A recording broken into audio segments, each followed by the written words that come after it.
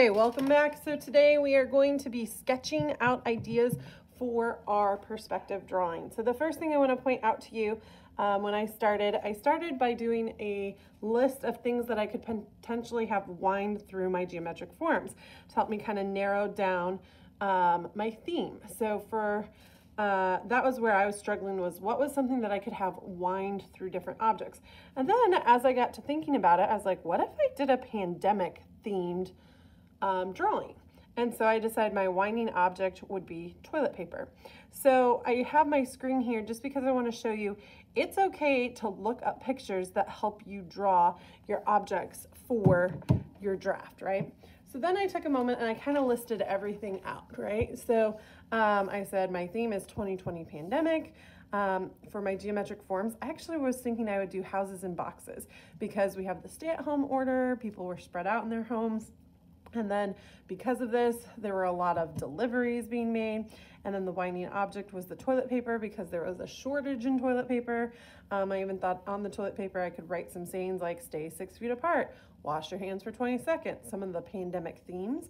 And then my starting and ending objects, I was thinking, well, maybe a roll of toilet paper on one end and a masked person on the other. And then other details could include like Zoom became very big during the pandemic. I had no idea what it was until then. I could even make like the coronavirus icon, thermometers, hand sanitizers, an arrow stressing the social distancing, right? So when you start, the things you need to consider, okay, you have to know what your theme is. You want to know what shapes you might use for your geometric forms. Winding object is key. So what's your winding object going to be, and what are going to be your extra details? So those are all things I want you to think about first. Once you have that kind of decided, then you need to decide which way are you going to have your paper. Are you going to have it vertical, or are you going to turn it sideways and have it horizontal? So when I first started, I thought, okay, what if I have the toilet paper down here and have it kind of rolling back up through everything? So I started by sketching out where my house would be. So I wanted 3 houses, getting smaller as they went further back, then some boxes. And then I was like, okay, but wait a minute, I don't have room for the toilet paper down here. I'm like, well, I could run the toilet paper here, this way. I'm like, that could be another option. And then, but one thing that kind of bothered me was that I was seeing the underneath side of the houses and the boxes here. So I'm like, I want to try this maybe in a landscape format. So I got another piece of paper here and I sketched out, okay, where are my houses going to go? I want a big one up front, a medium one in the middle, a small one in the back. And then I just wanted to kind of use the boxes to break up the houses, right? And so then I started with the toilet paper up here and I was like, well, this is a giant roll of toilet paper with a small house. So I was like, I feel like that would be better to have the big toilet paper down here working its way back. But then I was like, what do I put back here? Should I put a person? And then I started thinking, what if I included the numbers 2020? So for this, I did a third sketch this time. And I started with the 2020 back here and I kind of mapped out where the houses could go. So again, I kind of wanted it to start big, medium, small, and then boxes in between. And this one I was liking, but it still felt, I was having a hard time with the long toilet paper here and the long toilet paper up there. So I started thinking about it. I'm like, I kind of want to move this up, maybe this one down, shuffle just a few things around it and refine it. So I took and traced it on my window and I came up with my final. Now, one thing I want you to note, I moved my vanishing point. So one of the things that I noticed was that I didn't like my vanishing point in the middle because I didn't want to see the bottom of the houses. So I moved my vanishing point up high. So that way it felt like we were seeing more ground than we were seeing of like sky or underneath the objects, okay? So here is kind of my final sketch that I've come up with. And so you can tell I've moved some of the boxes. I flip-flopped this box in the house here. So I have the toilet paper going through the house and then back through the box, then to this box, and then using it to kind of go under the numbers 2020. So you can see here's my vanishing point.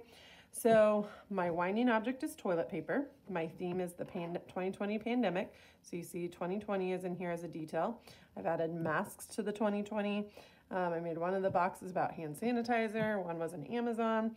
And I was thinking it might be kind of interesting to make it seem like all these houses were Zooming or, on Zoom calls. So you can see the Wi-Fi and the zoom signal there. So just trying to pull in some of those details. So think about how you're going to place them within the space. I recommend, it was very helpful for me as I was trying to map out the path of my winding object to have the dimension drawn in. So I would recommend taking the time to draw in your dimension as you go. So I'm going to take just a moment and walk you through how you could potentially start this, okay? I started by drawing the fronts of my objects, and I decided how to space my 5 shapes to fill the page.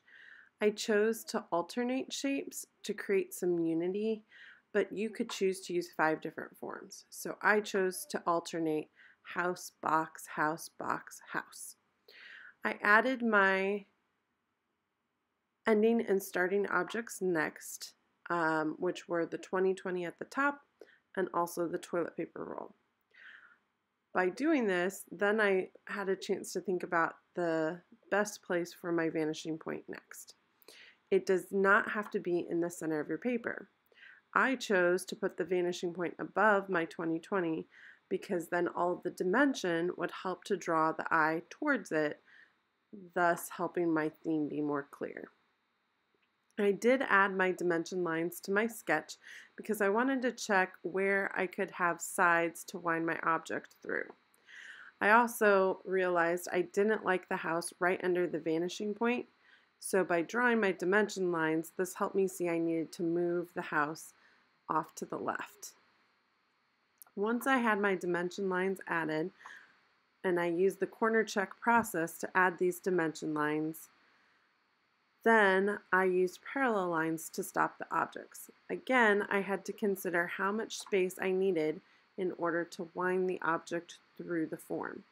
In some areas, I made it a little bit shorter, like the box right under the 2020, so that way I could loop the toilet paper underneath.